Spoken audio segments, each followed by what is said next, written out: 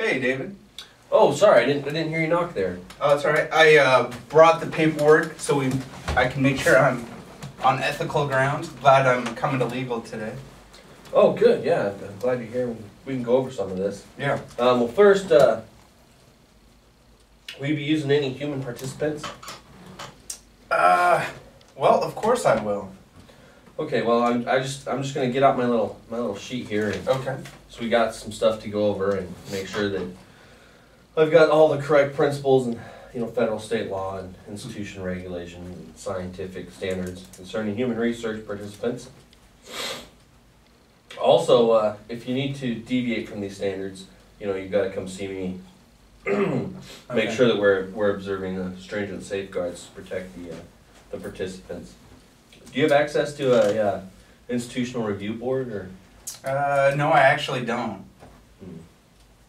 Well, make sure you consult with one of our researchers who are familiar with the IRB procedure to provide appropriate safeguards and measurements. Also, it'll be your responsibility to protect the welfare of your participants during the study. You'll also need to take precautions to prevent psychological, emotional, physical, and social effects on the participants. All right. There shouldn't be a problem. They'll all be in good hands. Look at this. Right. Yeah. Good to hear. Because are you the principal researcher? Yes, I am, of course. Good. That means that you'll be responsible for all the ethical research practices. And others involved will share the ethical obligation and responsibility for their own actions. Do you understand that? Yeah, well, wow, I never really realized there would be so much responsibility on my shoulders. Well, right there, along with them, with their actions being on your shoulders, as you say, you also need to take precautions to avoid causing. Excuse me. It's been an early morning. Okay. So as I was saying, you'll need to take precautions to avoid causing disruptions in the lives of your participants, as well as take into account cultural considerations if possible. Wow. So I didn't realize that's really rough, and I didn't realize that it was going to be all this. So is that it? No. Am I done? No. There's a lot more. Oh yeah, not even close. You lawyers love this. Absolutely, that's why we get the All big right. bucks. We still need to talk about the research participants' rights as well as relationships. Oh, and don't forget the ethical considerations of reporting the results and publications. I hope you don't have plans already. Well, not anymore. Seriously, it's going to take me a while. All right. Well, all right. So, what do you know about participants' rights? Well, let me see. The paperwork you gave me and I brought it to our class, or our meeting here. Oh, okay. Yeah, I've got that right here. Yeah, so I know, what's this? Informed consent requires me to actually and accurately explain the purpose and procedure, identify those that are experimental, describe any attendant discomfort and risk, describe all benefits or changes that might be expected, disclose appropriate alternative procedures that would be an advantage to the participants, offer answers to inquiries, describe limitations to confidentiality, and describe the formal, and potential target audience for the results, and instruct the participants that they are free to withdraw their consent to participate at any time without penalty. Wow, you must enjoy this. That was brutal. Right. We make sure that it all flows smoothly and covers all the points. I enjoy like a Saturday Night Live, a little more levity, but we'll Right. go with this. A little whose line is it? Yes. Going on? Okay. Yes. Okay. True, Carrie. We'll try and work that in later on. Are you familiar with the use of deception? Oh yes, deception is only okay. Now, I don't know if that's good or not that you're familiar with deception. Well, I lived another life. Would you like some more coffee? Sure. Awesome. Thanks, David. It's only okay if the alternative procedures are not feasible, and there are no concern to physical or emotional harm to the participants. If there is any concern of harm to the research being performed, Also, a full disclosure is required during the debriefing to explain any deception and its value. So in other words, I gotta explain it later on. Is that right? Well, yeah, you seem to be on target, and Okay. it seems like you've really covered the material that I handed you. Does this mean we can skip the rest and get to the research? No. Actually get some grants No. flowing, some money? No, it can't. Let's just move on. I'll tell you what. I'll let you know when we're there. Okay. Do you plan to use any students or supervisee participants? I do. Why? Well, you must inform them that their decision regarding whether or not they participate will not have any effect on one's academic standing or supervisory relationship. And those that choose not to participate must be provided with an alternative to fulfill their academic or clinical requirements. Also, if you plan to use any clients, you must make it clear that they have the right to choose to participate or not. You must protect your client from adverse consequences or declining or withdrawing from participation. So basically, a student can't come to you and you can't tell them that by doing this they're going to get an A in their class. That's not ethical either. Wow, I didn't really think about that, and I seem to be all good if I just threw, a little incentives. But I'm really glad we talked to legal before, a little CYA, if you know what I mean. So. Yeah, assumptions are never good. You need to definitely find the facts. Okay, so we good now? Because I got that covered.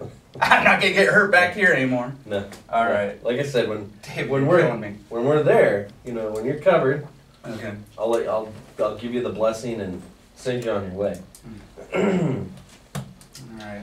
So we need to address confidentiality and a bit more on informed consent, commitments, debrief, sponsors, and disclosure. That's not too bad. That's just to finish this section. That's just this one part. There's several others that we still need to cover. All right. So information obtained through research is considered confidential. It is possible others may access this information. It is required that possibility as well as plan is explained to the participants when obtaining informed consent. Also, when someone is not capable of giving consent, you must provide appropriate explanation, gain their agreement, and obtain consent from a legally authorized person. You will also need to take all reasonable measures to honor all commitments to research participants. So if you've got, let's say an older, let's say you're doing something with a later adulthood client who maybe is starting to lose some of their faculties, maybe they're dealing with some dementia, Alzheimer's. You'll need to fully explain it to them, and then you'll also need to get whoever has their power of attorney. Caregiver of sorts. Exactly. Got it. Check. Won't mess up on that one. Okay, well, just a few more housekeeping sections, and then we can move on. All right. So let me go through these. Okay, let's just see. Oh yeah, explanation and notification of sponsors. It's important that after all data is collected, that you provide the participants with clarification of the nature of the study to remove any misconceptions the participant might have. However, if there is justification for a delay in the results, you must take responsibility to avoid causing any harm. Let's see here. You must inform your sponsor institution, publication channels regarding procedures and outcomes. And you must provide pertinent information and acknowledgement. And you also must, within a reasonable period of time, take steps to destroy all records and documents that contain confidential data or information that might identify participants. If the records are of artistic nature, you must obtain participant consent with regards to handling of such records. Oh, hey David. Sorry to bother you. Hey, they need you down in legal. It's got something going on with the squirrel. I don't really know what that's about, but not the squirrel again. That silly. That squirrel's caused us so much problems. yeah. Well, I gotta go take care of this. So is this like tag team wrestling? I'm gonna, yeah. It's bad enough. Well, we want to make sure that you have the information, so I'm gonna go ahead. We want to body slam bad ethics. Right, exactly. So I'm gonna go ahead and let Jeff take over. And do you remember where we're at? We're at section G3. Okay. All right. So, Okay. I'm Mike, right? Yeah. I'm Jeff. I work with David down in legal, and I apologize for this little switch. Sure. Let me get my bearings here and figure out exactly where we're at. So, I don't know if he explained it to you, with legal and doing research through our institution here, we have to make sure that you're aware of all the ethical guidelines. And then unfortunately, that means we have to sit here and read them to you in a lot of cases. Sure. So let's see here. So G3. All right, so we need to talk a little bit about relationships. Of course, I'll try to be brief. Okay. Non-professional relationships with participants should be avoided. Sexual or romantic counsel research participant interactions or relationships are prohibited. And you will not condone or subject participants to sexual harassment as well. When a non-professional interaction between the research and participant may be potentially beneficial, you must document prior to the interaction the rationale for such interactions, the potential benefits, and anticipated consequences for the participant. These interactions must be initiated with appropriate consent from the participant. Also, in the case of any unintentional harm, the researcher must show evidence of attempts to remedy such harm. So, are you with me so far? Yeah, I guess. Okay. So let's see here. Looks like we're almost done. All right, good. Just some results and publication issues. Great, good stuff. You seem like you're enjoying it. Oh yeah, blast. All right. So let's see here. Okay, we're on to reporting. There are some ethics reporting. I actually have to write things down. There's actually ethics that pertain to reporting stuff. So let's see here. They make rules for everything. Let's read some of the legal jargon again. Counselors plan, conduct, and report research accurately. They provide thorough discussions of the limitations of their data and alternative hypotheses. You do not engage in misleading or fraudulent research, distort data, misrepresent data, or deliberately bias your results. You must explicitly mention all variables and conditions that may have affected the outcome of the study or interpretation of data. And you must describe the extent the results are applicable to diverse populations.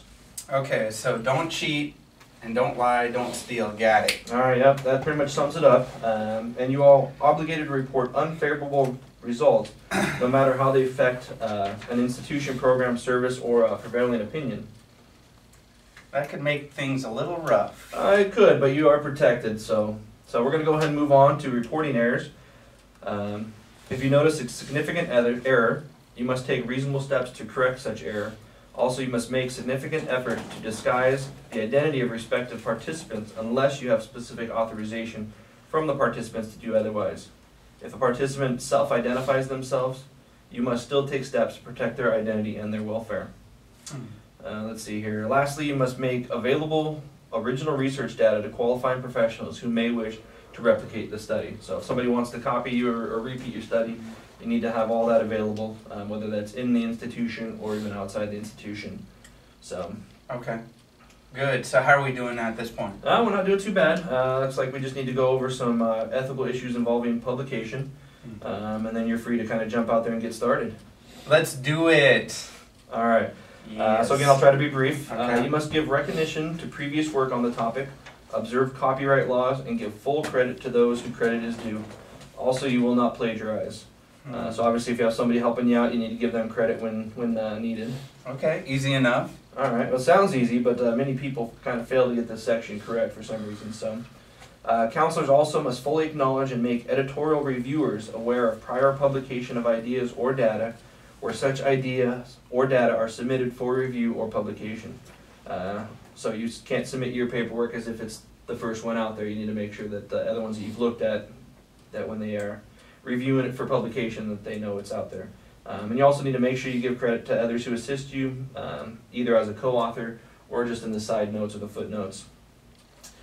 Let's see here, where else? So when working with others, you start with an agreement in advance for allocation of tasks. Also, when you use student research, you must list the students as principal authors if their papers, projects, or dissertations are used. All right, is that it? Let's see here, I think so. Well, almost.